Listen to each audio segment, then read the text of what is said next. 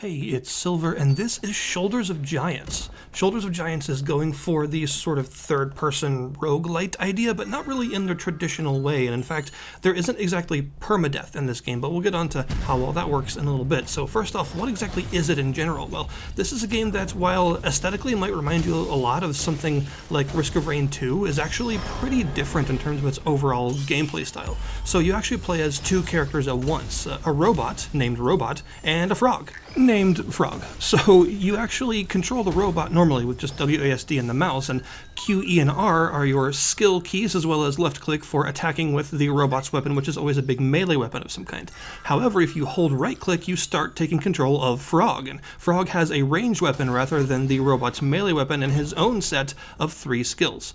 The basic idea is that this crazy entropy is taking over the universe, and it's your job to go down to various planets and combat this entropy by purifying the planet and getting all of its color back. It's actually a really cool bit of visual presentation with how the game represents entropy. It basically desaturates all the colors on the planets and makes everything all gray and drab and stuff, and then once you actually gain light and actually push away the entropy, you get bright, very vibrant color that's almost a little bit too vibrant, but I mean that in a good way because it's clearly on purpose. Like, it's supposed to look 110% of itself, basically, to represent the fact that you're purifying these worlds. And it does a really good job of representing this with this cool sort of patchy light effect, where as you start purifying the planet, you'll see these patches of light expand in odd shapes that sort of bring all the color back in, and then you explore back into the drab gray environments to actually bring the color back to those instead, so that by the end of it, the whole planet will eventually expand to contain all of its color and stuff back. It's a neat sort of visual flair,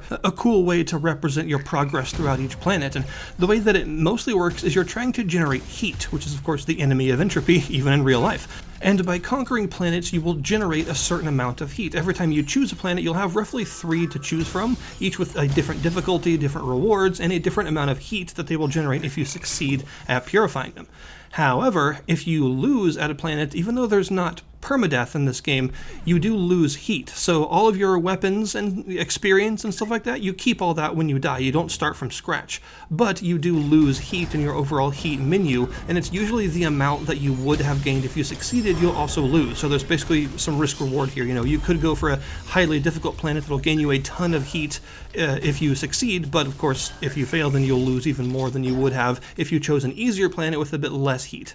And then once you reach a certain built-up heat threshold, like say 1000 is the first one, then 2000 is the next one, and so on, you will unlock a big sort of story-important boss battle where you will get an artifact and then have to face off against a special guardian of the entropy forces, and once you defeat them, you will gain access to the next sort of tier up, the next 1000 heat threshold. And of course, as you climb in these heat thresholds, the overall difficulty of enemies as well as the variety of enemies will increase drastically, but so will your rewards. So as far as all of your equipment and stuff, here's how it works. You have one weapon for the robot, which is always a melee weapon, one weapon for Frog, which is always a ranged weapon, and you also have a core that is equipped. And a core is a couple of different things in one. For one, it actually determines the overall look of your robot, which is pretty cool. It actually changes the model of the robot and the clothing that Frog is wearing as well, depending on the core you're using. But a core comes with a passive skill that is unique to it, as well as 2 active skills, one for robot and one for Frog. So for instance, you could have a mecha core,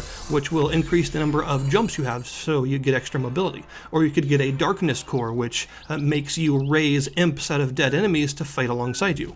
And then you will have a selection of different possible skills that each core could start you with, and you will have one of those skills for each character. While you're actually on planet, those skills are very powerful and they come in handy. There are a lot of different skills actually in this game, and they're your main form of in-run progression. Once you actually finish a run, whether you lose or succeed, you will go back to whatever your core has to start with, and you'll have to start gaining abilities again from scratch.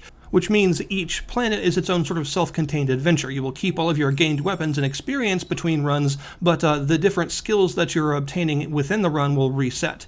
So the way it works is you'll occasionally find these skills just chilling around the planet. You usually see these columns of light that will guide you to them. And also, whenever you complete certain objectives on the planets that you have to complete in order to succeed at purifying them, you'll also have some of these drop in from orbit. And skills take a certain amount of energy to actually equip. You can't just walk up to them and grab them. Energy is mostly gained by killing enemies. Enemies will drop different amounts of energy depending on the strength of the enemy, although you will also sometimes find these blue crystals around the place that can be interacted with for a burst of energy.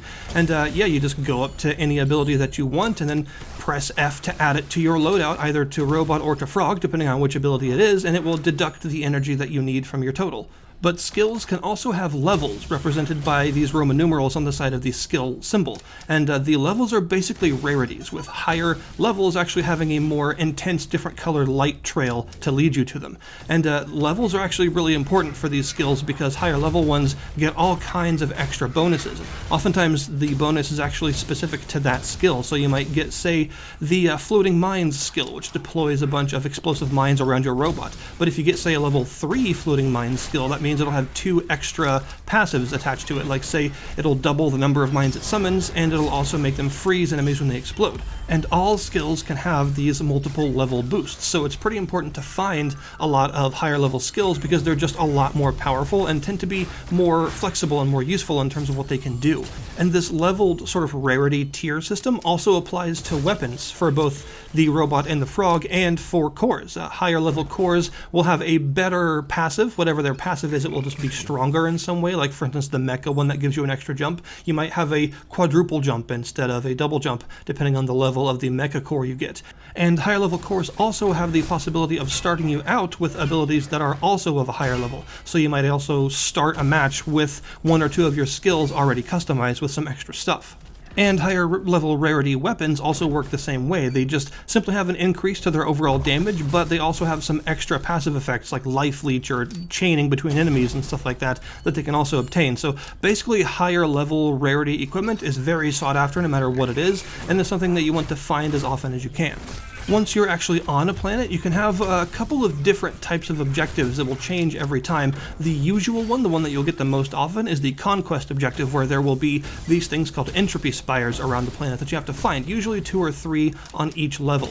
And once you find all of these spires, which take the form of these towers with these orbs floating around them, and you destroy all the orbs, and that will purify the area, bringing a bunch of light to it, and destroying that spire. And then once you destroy all of the spires on that level, you'll be able to go to this big entropy monolith that will spawn a whole bunch of enemies in one big wave. And if you're able to defeat all of them and then destroy the monolith itself, you will purify that section of the planet and then move on to the next level. And every planet is composed of several different levels represented by these little orbs that fill up as you complete them, all the way till the end with a red skull in an orb, which is a boss level.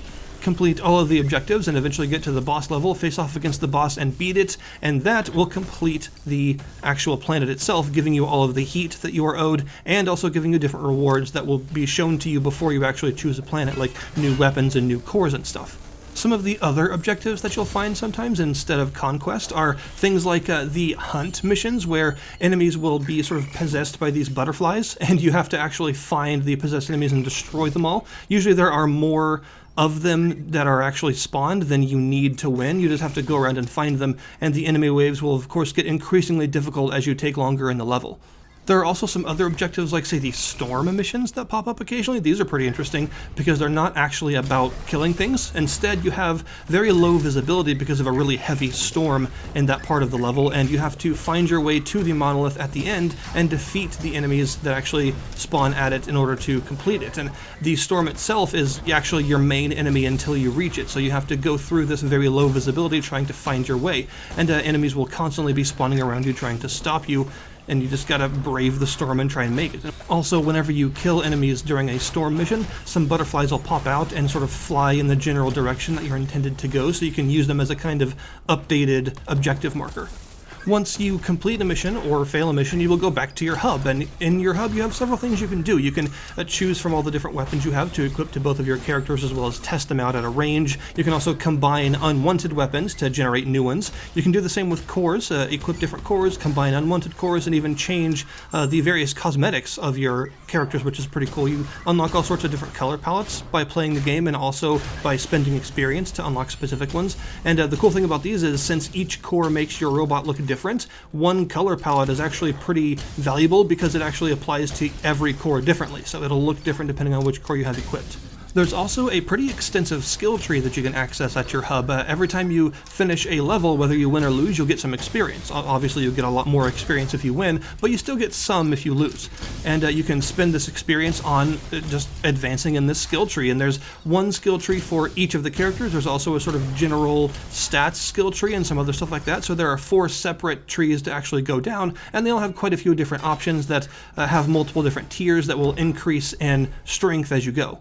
All this means that the overall progression of the game is actually really solid because you have a lot of stuff to progress with, you know, finding new cores, finding new weapons, combining weapons to create new ones, getting more experience to go farther into the skill tree. There's a lot of stuff to do in between missions. That means that your overall sense of progression is a really solid one in this game. I should also mention that even though I'm currently just showing solo gameplay in the background, the game is also co-op in multiple different ways.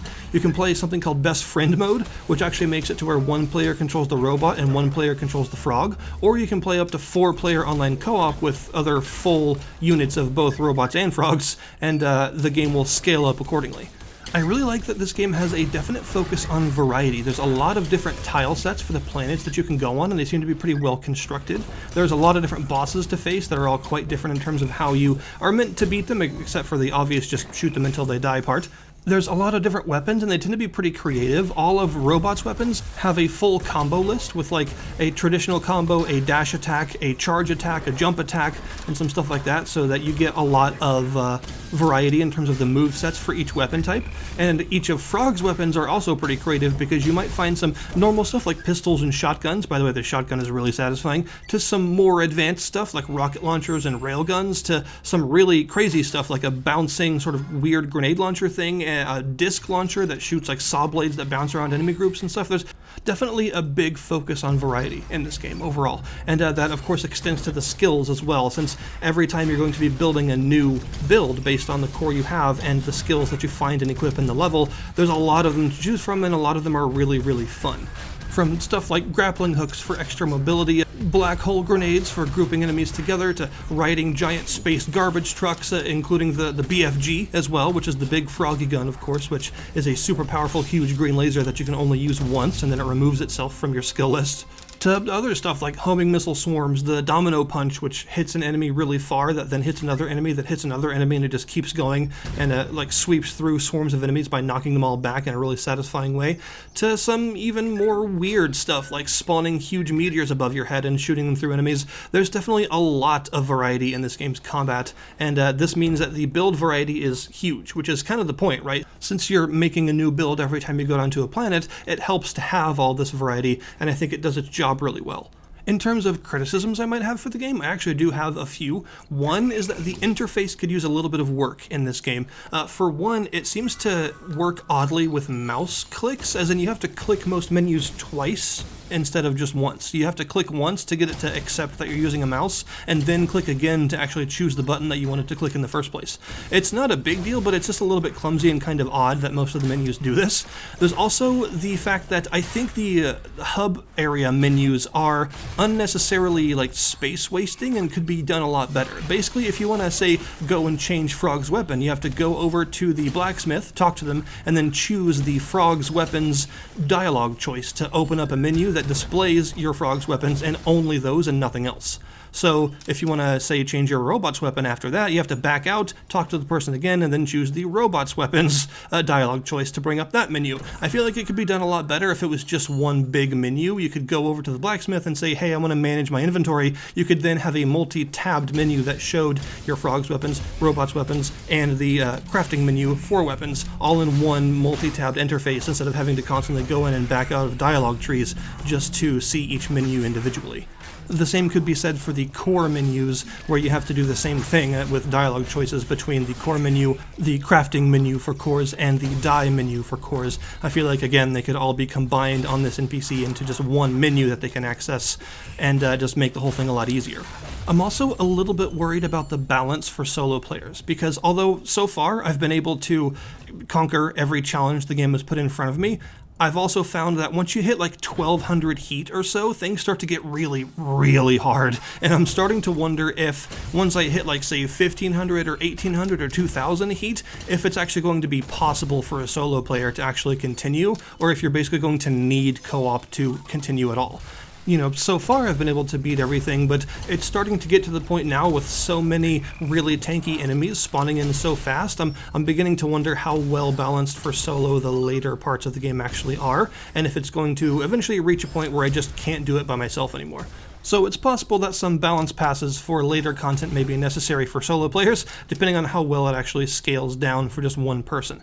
But overall, I definitely really enjoyed my time with Shoulders of Giants. I think it's really solid, and I think people that are looking at it as like a Risk of Rain 2 ripoff are kind of not giving it enough credit, because it's actually a really solid game in its own right that does a lot differently from Risk of Rain 2. Yes, it does have definite visual similarities, like everyone can see that it's clearly going for a somewhat similar aesthetic, but that's kind of where a lot of the similarities end.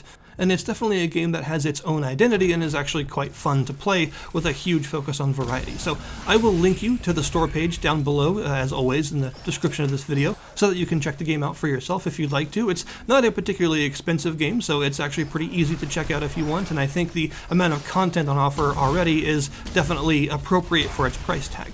So thank you guys very much for watching, and I'll see you next time.